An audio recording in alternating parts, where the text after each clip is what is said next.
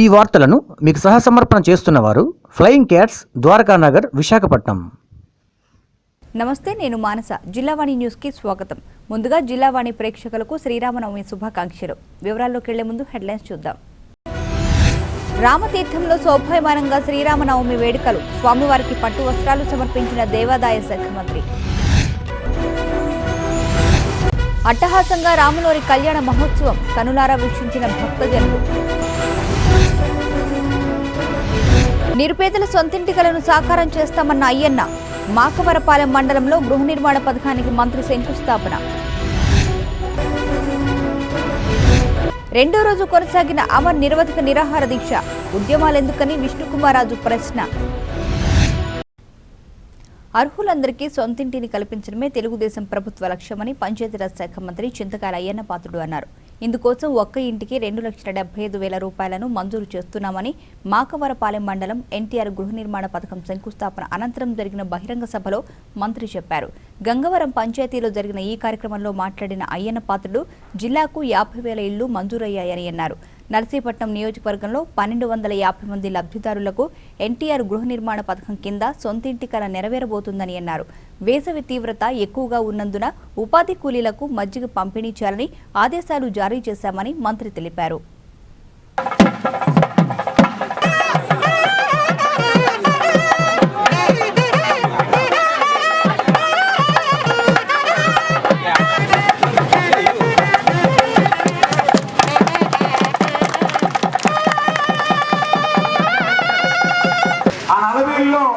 ఎక్కువ లేఅవుట్లో పెట్టాలి, సైట్ వాళ్ళకి నిరుపేదలకి అది కూడా కేటాయించాలని ఇక్కడ కమిటీ వాళ్ళకి సైట్ వాళ్ళకి కేటాయించి ఆ కార్యక్రమం నిర్మాత గౌరవి ఎన్టీ రామారావు గారి పేరు మీద గృహ పథకం చంద్రబాబు నాయుడు ప్రవేశపెట్టడం జరిగింది. ఇంతకుముందు ఎన్టీ రామారావు గారి ముఖ్యమంత్రి ఉన్నప్పుడు పక్కా ఇల్లు అని చెప్పి ఇల్లు ఇచ్చాం. ఆ ఇంటికి ఈ ఇంటికి తేడా ఏంటంటే ఆ ఇంటికి ఒకే గది ఉంది. ముందు చిన్న పాక వేసుకొని పంచలాగా వేసుకొని అక్కడే వంట చేసుకొని ఆ గదిలోనే పడుకోవడం.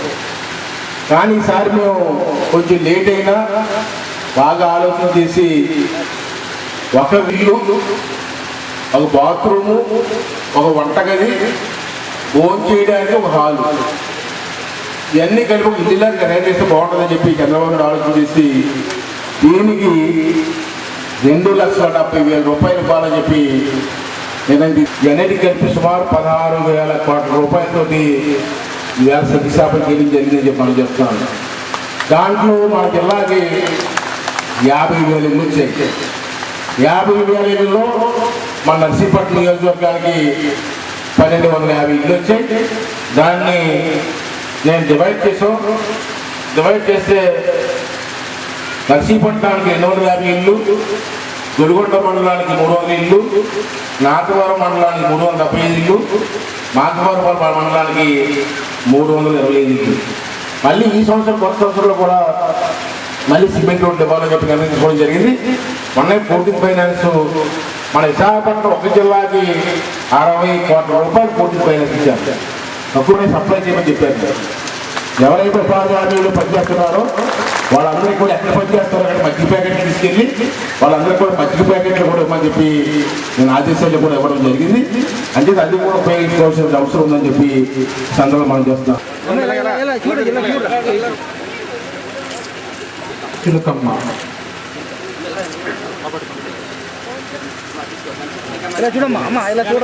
అదేవిధంగా విజయనగరం జిల్లా రామతీర్థంలో శ్రీరామనవమి వేడుకలు శోభాయమానంగా జరిగాయి. వేద పండితుల మంత్రోచ్చారణాల నడుమ సీతారాముల కళ్యాణ మహోత్సవం అంగరంగ వైభవంగా జరిగింది. ఉత్సవమూర్తులను సుగంధ పుష్పాలతో అలంకరించి కళ్యాణ వేదికకు తీసుకొచ్చిన తర్వాత వివిధ పూజా కార్యక్రమాలు నిర్వహించి రాములోరి వివాహ వేడుకను ఘనంగా నిర్వహించారు. ప్రభుత్వం తరపున దేవాదాయ ధర్మశాఖ మంత్రి మాణిక్యాలరావు స్వామివారికి పట్టు వస్త్రాలను సమర్పించారు.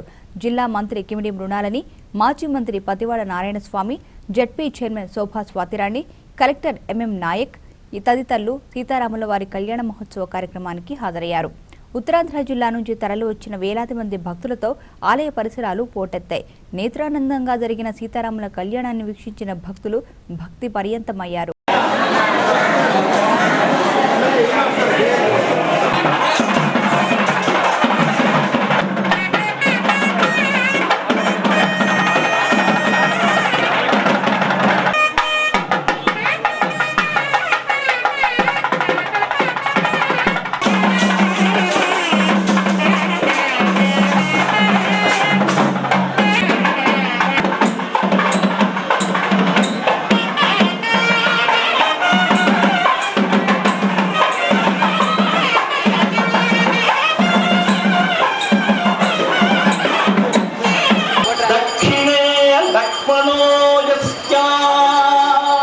దక్షిణ భాగంలో లక్ష్మణుడు ఉండాలి.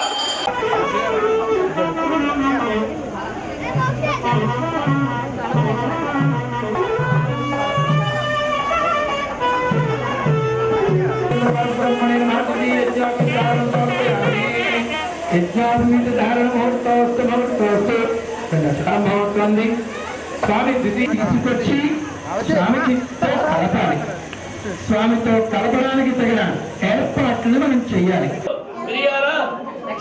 లక్ష్మీనారాయణ కనకవరలక్ష్మి దంపతులు గ్రామస్తులు 101 రూపాయలు కట్టాం. అమ్మ తర్వాత దంపతులు చెప్పండి. అమ్మ తర్వాత చెప్పండి. సీతారాముల వారి కళ్యాణ మహోత్సవంలో 101 రూపాయలు స్వామివారి కళ్యాణ సందర్భంగా చదివించారు.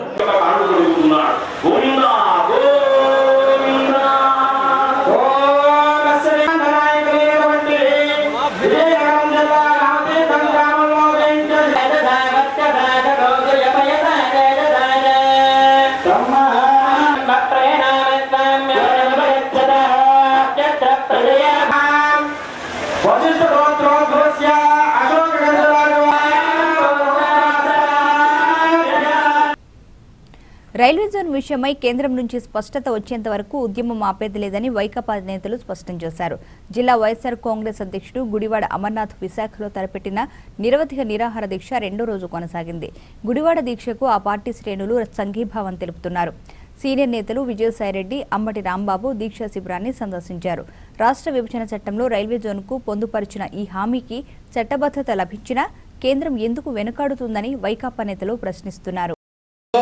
ఈ రోజు ఉన్నాము అని అంటే మనకు అందించి వెళ్ళారు. అప్పుడే ఈ యొక్క జనరేషన్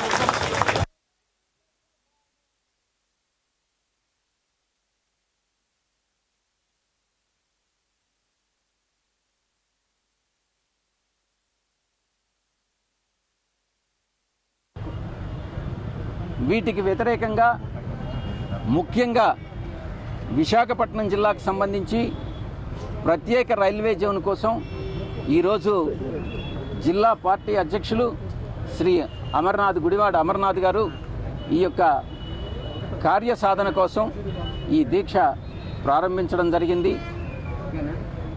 అదేవిధంగా వైఎస్ఆర్ కాంగ్రెస్ పార్టీ ఆంధ్ర రాష్ట్ర ప్రజల కోసం, ప్రజల ప్రయోజనాల కోసం రైల్వే జోన్ మాత్రమే కాదు, మద్యపాన నిషేధాన్ని కూడా పూర్తిగా అమలు చేయాలనని మా పార్టీ పోరాటం కొనసాగిస్తుంది. గతంలో తెలుగుదేశం పార్టీ ఎన్నికలకు ముందు ఎన్నికల ప్రణాళికలో ఇచ్చినటువంటి 100కి పైగా ఉన్నటువంటి హామీలన్నిటినీ కూడా, ముఖ్యంగా రైతు రుణమాఫీ, డ్వాక్రా రుణమాఫీ, గుడిసెలు లేనటువంటి పల్లెలు, ప్రతి రోడ్డు కూడా సిమెంట్ రోడ్డు చేస్తామనని ఎన్నో హామీలను గుప్పించడం జరిగింది. వాటిని అన్నిటినీ కూడా నెరవేర్చాలనని ప్రజల కోసం, ఆంధ్ర రాష్ట్ర ప్రజల కోసం ఈరోజు మా పార్టీ ప్రధాన ప్రతిపక్షంగా పోరాటం కొనసాగిస్తూ ఉంది. రైల్వే జోన్ విషయంలో అన్ని మార్గాలను అన్వేషిస్తోందన్న విపక్షాలు ఎందుకు ఉద్యమాలకు పురుడు పోస్తున్నాయని భారతీయ జనతా పార్టీ ప్రశ్నిస్తోంది. ఖచ్చితంగా మోదీ ప్రభుత్వం విశాఖ రైల్వే జోన్ ఇచ్చేందుకు సుముఖంగా ఉందన్న బీజేపీ ఎమ్మెల్యే విష్ణుకుమారాజు వైకాపా ఉద్యమంలో అర్థం లేదన్నారు. ఈరోజు శ్రీరామనవమి శుభాకాంక్షలు. తర్వాత నిన్నటి నుంచి చూస్తున్నాము విశాఖపట్నం రైల్వే జోన్ గురించి వైఎస్ఆర్సీపీ నేతలు వాళ్ళు ఆమరణ నిరాహార దీక్ష చేయటము లేకపోతే ఇంకా వేరే కార్యక్రమాలు చేస్తున్నారు. అదంతా కూడా అవసరం లేదు. యాక్చువల్గా జోన్ వస్తుంది, వచ్చి తీరుతుంది. అది ఎందుకు చేస్తున్నారో మాకైతే అర్థం కాదు. కారణం ఏంటంటే ఇప్పుడు మీరు విజయనగరము లేకపోతే బొబ్బులు రాజావారు చూస్తే వారు దాంట్లో సుజనా రంగారావు తెలుగుదేశంలోకి వస్తున్నట్టు వార్తలు వస్తున్నాయి. ఎటువంటి కార్యక్రమాలు చేస్తే ప్రజల్లోకి చొచ్చుకుపోయేదానికి అవకాశం బాగుంటుందనే ఉద్దేశంతో ఈ రైల్వే జోన్ తెర మీదకి తీసుకొచ్చి దాని గురించి మేమేదో పోరాటం సాగిస్తున్నామని చెప్పి వైఎస్ఆర్సీపీ నేతలు కొంతమంది ఈ కార్యక్రమం చేస్తున్నారు. అది యాక్చువల్గా అవసరం లేదు. విశాఖ గ్రామీణ జిల్లాలో శ్రీరామనవమి వేడుకలు భక్తులు శ్రద్ధాభక్తులతో జరుపుకున్నారు. రామాలయాలు అన్ని భక్తులతో పోటెత్తాయి. రామనామస్మరణ మారుమ్రోగింది. నర్సీపట్నంలో పలు ప్రాంతాల్లో సీతారాముల కళ్యాణ వేడుక అంగరంగ వైభవంగా నిర్వహించారు. స్థానిక రామారావుపేటలో ముత్యాల రమేష్ దంపతులు కళ్యాణకర్తలుగా పెండ్లిపీటలపై కూర్చున్నారు. వెంకునాయుడుపేట, అభిస్ సెంటర్, వెలంపేట, రామాలయం తదితర ప్రాంతాల్లో రాములూరి వివాహ వేడుక నేత్రానందం చేసింది.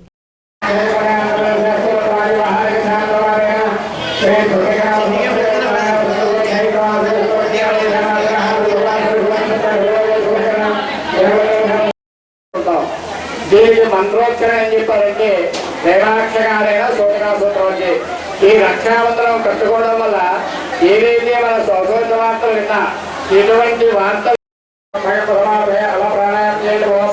అయ్యా అందరూ కూడా గురించి ముందు పెట్టుకోవాలి. అమ్మా కళ్యాణంలో కూర్చున్న దంపతులు ప్రతి ఒక్కరు కూడా వినాలి.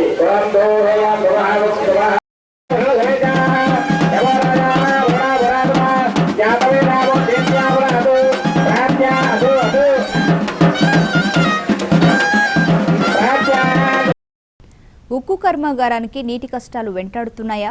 కార్మిక సంఘాల నేతలు అవుననే అంటున్నారు. అసలే అప్పులతో నెట్టుకొస్తున్న స్టీల్ కర్మాగారం జల అవసరాలను కేంద్ర రాష్ట్ర ప్రభుత్వాలు పట్టించుకోవడం లేదన్న ఆరోపణలు వినపడుతున్నాయి. ప్రస్తుతం 6.3 మిలియన్ల టన్నుల ఉత్పత్తి సామర్థ్యం ఉన్న ఈ కర్మాగారానికి రోజుకు 33 మిలియన్ల గ్యాలన్ల నీరు అవసరం. అయితే జలాశయాలు అడుగంటిపోవడంతో నీటి సమస్య వెంటాడుతోంది. ప్రస్తుత పరిస్థితుల నుంచి గట్టెక్కేందుకు కేంద్ర రాష్ట్ర ప్రభుత్వాలు ముందుకు వచ్చి నీటి సమస్యలను పరిష్కరించాలని పలువురు కోరుతున్నారు.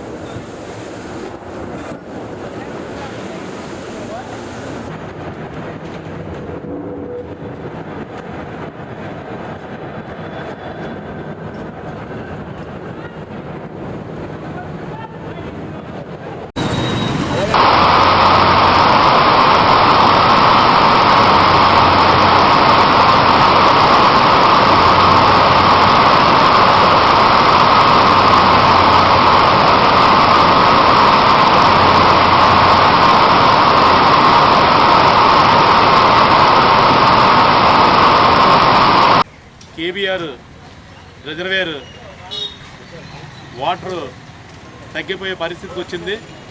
మరి ఇప్పుడున్న కేంద్ర రాష్ట్ర ప్రభుత్వాలు, కేంద్ర మంత్రులు కానీ, ఈ రాష్ట్ర మంత్రులు కానీ, స్థానిక శాసనసభ్యుడు కానీ ఈ యొక్క విశాఖపట్నానికి నెలకి 20 రోజులు ఈ విశాఖపట్నానికి వస్తున్నారు ఈ రాష్ట్ర మంత్రులు, కేంద్ర మంత్రులు. కనీసం ఈ రాష్ట్రంలో అతిపెద్ద కర్మాగారం స్టీల్ ప్లాంట్. ఈ స్టీల్ ప్లాంట్ కొరకు ఎంతోమంది ఇల్లులు, భూములు పోయి నిర్వాసితులు, ఉద్యోగం లేని పరిస్థితి ఏర్పడింది. మరి ఇప్పుడు ఎండలు ఎక్కువ అవడం వల్ల ఈ కేబీఆర్లో వాటర్ తగ్గిపోయి సాగునీరు కానీ తాగునీరు కానీ రెండు కూడా తగ్గిపోతే ఈరోజు ఈ రాష్ట్ర మంత్రులు కానీ ముఖ్యమంత్రి కానీ కనీసం స్పందించట్లేదు. ఇప్పుడే ప్రొడక్షన్ పెరిగే టైంలో మరి ఈరోజు వాటర్ లేదంటే మరి ఈరోజు ఈ కర్మాగారాన్ని ఏ విధంగా ఇలాంటివన్నీ కుంటి సాకులు చూపించి ప్రైవేటీకరణ చేసి బిఎఫ్ఆర్కి వెళ్ళడానికి తీసుకెళ్ళడానికి ఈ బీజేపీ ఎప్పుడు అధికారం వచ్చినా సరే ఈ స్టీల్ ప్లాంట్ ఏదో విధంగా ప్రైవేటీకరణ చేయడానికి ఒక దుర్మార్గమైన ఆలోచన ఈ రాష్ట్ర ముఖ్యమంత్రి కానీ, వెంకయ్యనాయుడు కానీ, దత్తాత్రేయ కానీ ఈ విశాఖపట్నానికి నెలకి 20 రోజులు ఈ విశాఖపట్నానికి వస్తారు. కనీసం ఈ స్టీల్ ప్లాంట్ ఉన్న కర్మాగారంలో ఈ 13 జిల్లాలో అతిపెద్ద కర్మాగారం స్టీల్ ప్లాంట్. మరి ఈ స్టీల్ ప్లాంట్లో ఇప్పుడున్న డైరెక్టర్లు కానీ, సీఎండీలు కానీ ముందు జాగ్రత్త చర్య తీసుకోకపోవడం వల్ల ఈరోజు కేబీఆర్లో నీరు తగ్గిపోయే పరిస్థితి ఉంది. రైల్వే జోన్ విషయంలో కొన్ని సాంకేతికపరమైన సమస్యలు ఉన్నందునే జోన్ ప్రకటనలో జాప్యం జరుగుతుందని భారతీయ జనతా పార్టీ సీనియర్ నేత ఎమ్మెల్సీ సోమవీర్రాజు అన్నారు. విశాఖ జిల్లా పర్యటనలో భాగంగా నర్సీపట్నం వచ్చిన వీర్రాజు కార్యకర్తలతో సమావేశమయ్యారు. అనంతరం మీడియా సమావేశంలో మాట్లాడిన ఆయన సాంకేతిక అడ్డంకులు అధిగమించి జోన్ ఇచ్చేందుకు కేంద్రం చర్యలు తీసుకుంటుందన్నారు. అదేవిధంగా ప్రత్యేక హోదా హామీకి తమ పార్టీ కట్టుబడి ఉందని వీర్రాజు చెప్పారు. ఈ సమావేశంలో పార్టీ నేతలు గాదె శ్రీనివాసరావు, లోకుల గాంధీ, కాళ్ల సుబ్బారావు తదితరులు పాల్గొన్నారు. రాష్ట్రం 10 మే 8వ తేదీన ప్రమాణ స్వీకారం చేశారు 2014లో.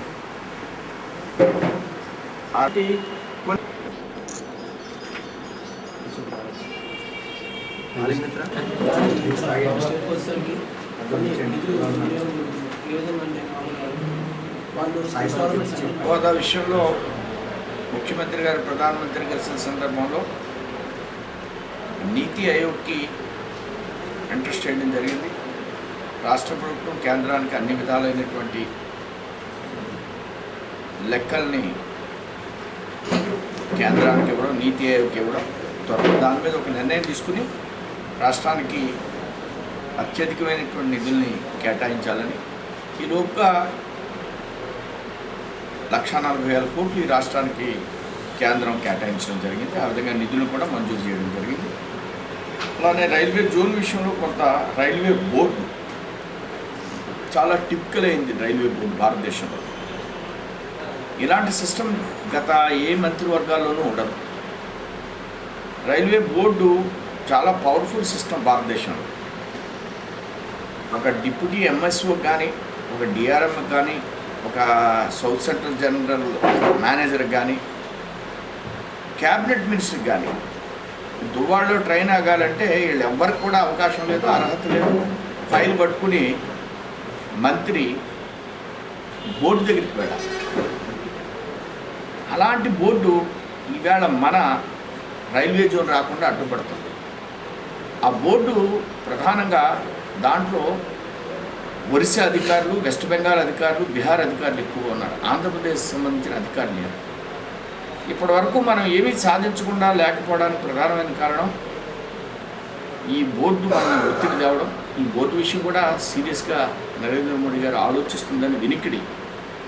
త్వరలో పొలిటికల్ డెసిషన్ తీసుకుని క్యాబినెట్లోనే తీర్మానం పెట్టి రైల్వే జోన్ని ఈ ప్రాంతానికి తీసుకొచ్చే గట్టి ప్రయత్నాన్ని కేంద్ర ప్రభుత్వం చేస్తుంది. గాజువాకలో జాతీయ అగ్నిమాపక వారోత్సవాలు జరుగుతున్నాయి. ప్రమాదాలు జరిగే సమయంలో వ్యవహరించాల్సిన అప్రమత్తతపై స్థానిక అగ్నిమాపక సిబ్బంది విద్యార్థులకు అవగాహన కల్పిస్తున్నారు. ఇందులో భాగంగా పెదగంట్యాడ, పాతగంట్యాడ, షీలానగర్, కూర్మన్నపాలెం తదితర ప్రాంతాల్లో అగ్నిమాపక విన్యాసాలు.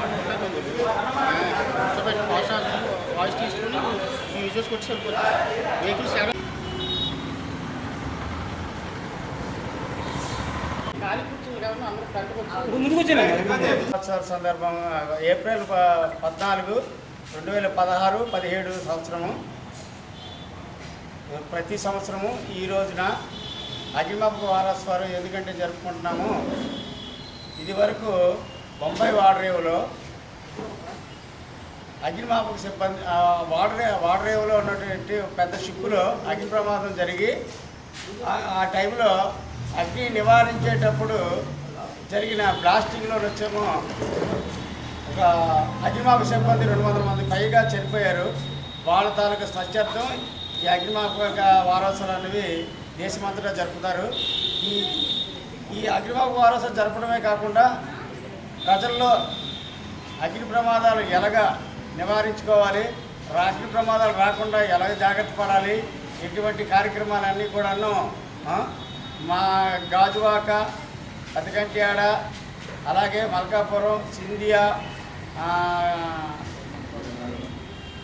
విశాల అది అగనంపూడి వరకు మా అగ్నిమాపక పెద్దగంట్యాడ అగ్నిమాపక కేంద్ర పరిధిలో ఉన్న ఏరియాలన్నీ, అలాగే ఇండస్ట్రీస్లోన, ఫ్యాక్టరీస్లోన, స్కూల్స్లోన, స్లమ్ ఏరియాల్లోన, అపార్ట్మెంట్లలోన అన్నింటిలో కూడా ఈ రోజు నుంచి 20వ తారీఖు వరకు కూడాను అగ్నిమాపక వారోత్సవం సందర్భంగా ప్రతి ఒక్క ఏరియాకి వెళ్ళి అక్కడ ఉన్న ప్రజల్ని చైతన్యపరిచి ఈ అగ్నిమాపక నివారణ చర్యలు మరియు ముందు జాగ్రత్త చర్యల గురించి వాళ్ళకి అవేర్నెస్ ప్రోగ్రాం కండక్ట్ చేస్తూ ఈ కార్యక్రమాన్ని ఈరోజు ప్రారంభించడం జరుగుతున్నది.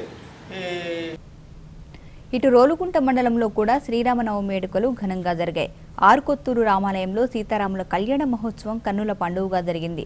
అధిక సంఖ్యలో భక్తులు హాజరై సీతారాముల కళ్యాణాన్ని కనులారా వీక్షించి భక్తి పర్యంతమయ్యారు. ఈ కార్యక్రమంలో రెడ్డి నారాయణరావు, రెడ్డి గోపి తదితరులు పాల్గొన్నారు.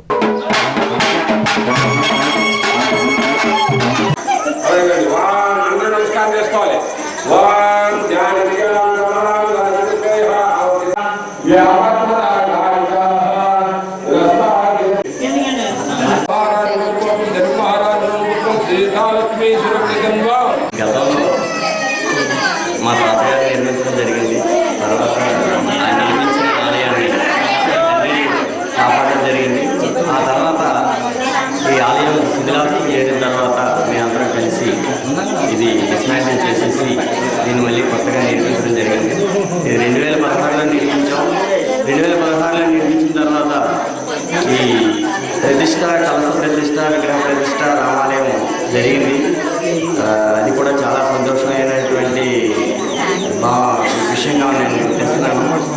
తర్వాత రామాచార్య గారు కూడా వచ్చి చాలా బాగా చేయడం జరిగింది.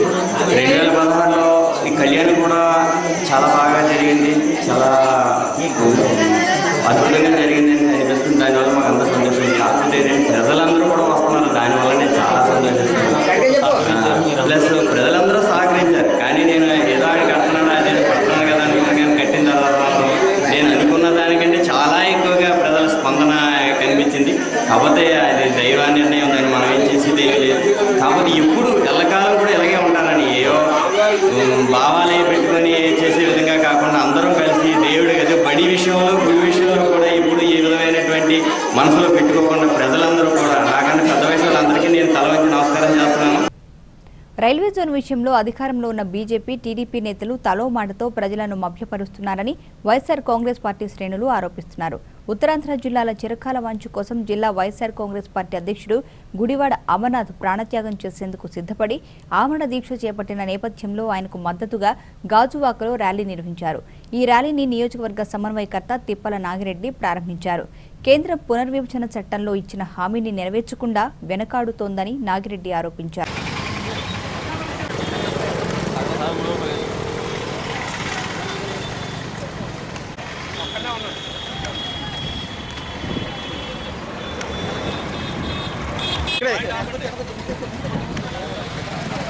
ఏర్పాటు చేయాలని విభజన చట్టంలోనే పెట్టారు. అది వితిన్ 6 monthsలోగా అది మేము అనౌన్స్ చేసి దాని అభివృద్ధి కృషి చేస్తామని చెప్పారు ఆనాటి ఉన్న పెద్దలందరూ. మరి ఇప్పుడు 2 సంవత్సరాలు కావస్తుంది. ఎలక్షన్లో కూడా మోడీ గారు, వెంకయ్య నాయుడు గారు, చంద్రబాబు నాయుడు గారు అందరూ కూడా హామీ ఇచ్చారు.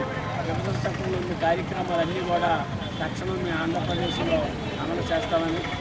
మరి దీని మీద వైఎస్ఆర్ పార్టీ అధ్యక్షులు జగన్మోహన్ రెడ్డి గారు అసెంబ్లీలోనూ బయట ఢిల్లీ లెవెల్లో కూడా జంతర్ మంతర్ దగ్గర కూడా దీని మీద ఆందోళన చేసి నిరసనలు తెలియపరిచి ప్రధానమంత్రి గారికి, రైల్వే మంత్రి గారికి, ఆ శాఖకు సంబంధించినటువంటి సెక్రటరీస్ అందరికి కూడా తెలియపరిచినప్పటికీ నిర్లక్ష్య ధోరణితో సెంట్రల్ ప్రభుత్వం కానీ స్టేట్ ప్రభుత్వం కానీ వ్యవహరించింది.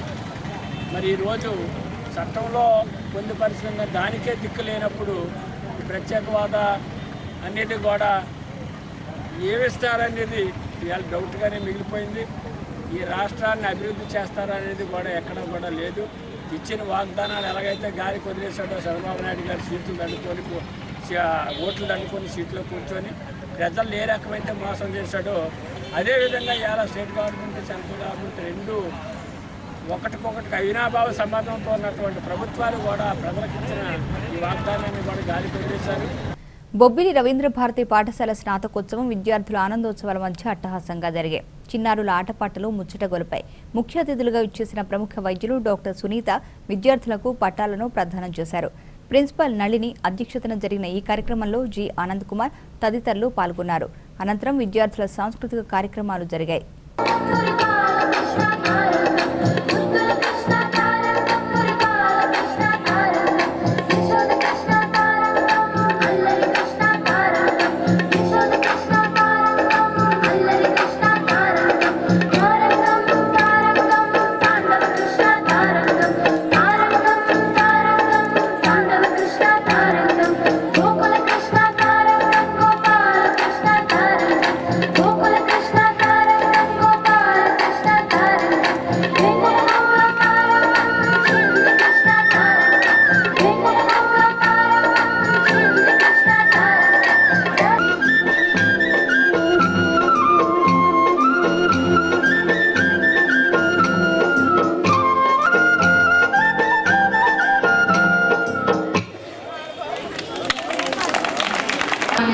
This is the principal of Ravindra Bharati School, Bobili branch. We are extremely happy that today we are conducting Kids Convocation for our UKG kids. We feel that Kids Convocation is a program which encourages the children, motivates them, molds them, guides them and prepare them for the future generation. So we are extremely happy that today all the kids are participating and parents also have expressed the same feeling, and the parents who have attended this program, they feel that there is a lot of change and improvement in them. So we thank the management for giving us a chance to organize this Kids Convocation here. Thank you one and all. Vizianagaram జిల్లాలో అగ్నిమాపక వారోత్సవాలు ప్రారంభమయ్యాయి. ఈ నెల 20 వరకు వారం రోజుల పాటు అగ్నిమాపక సిబ్బంది విన్యాసాలు నిర్వహిస్తూ ప్రమాదాలు జరిగేటప్పుడు తీసుకోవాల్సిన జాగ్రత్తలపై ప్రజలకు అవగాహన కల్పిస్తున్నారు. ఇందులో భాగంగా బొబ్బిలిలో ఆర్టీసీ, రైల్వే కూడలిలో స్థానిక అగ్నిమాపక సిబ్బంది నిర్వహించిన విన్యాసాలు అబ్బురపరిచాయి. ఈ కార్యక్రమంలో అగ్నిమాపక అధికారి తాతారావు, వెంకట్రావు, మోహన్ రావు, రాజేష్ తదితరులు పాల్గొన్నారు.